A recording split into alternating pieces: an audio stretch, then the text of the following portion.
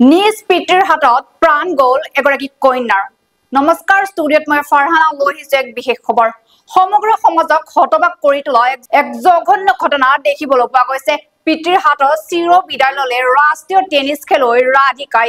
25 বছৰীয়া ৰাজ্যিক খেলুৱৈ ৰাধিকাক নিজ পিতৃয়ে গুলীয়াই হত্যা কৰিছে বুলি জানিব পৰা গৈছে। পিতৃৰ পিষ্টলৰ গুলীত থক-সৰকা ৰাষ্ট্ৰীয় পৰ্যায়ৰ টেনিছ খেলুৱৈ। টেনিছ একাডেমীক লৈ কন্যাৰ সৈতে পিতৃৰ মনোমালিন্যৰ কথা জানিব পৰা গৈছে। আৰক্ষীৰ তদন্তত পোহৰলৈ আহিছে হত্যাৰ আৰু চাঞ্চল্যকৰ তথ্য। এই ঘটনা সংঘটিত হয় বৃহস্পতিবাৰৰ প্ৰায় পুৱা 10:30 মান বজাত। পিতৃয়ে 3টা গুলীৰে হত্যা কৰে ৰাধিকাক।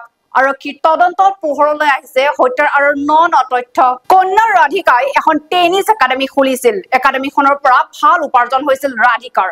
চুবুৰীয়াই পিতৃক কন্যাৰ উপাৰ্জন খাই থকা বুলি ঠাট্টা কৰিছিল।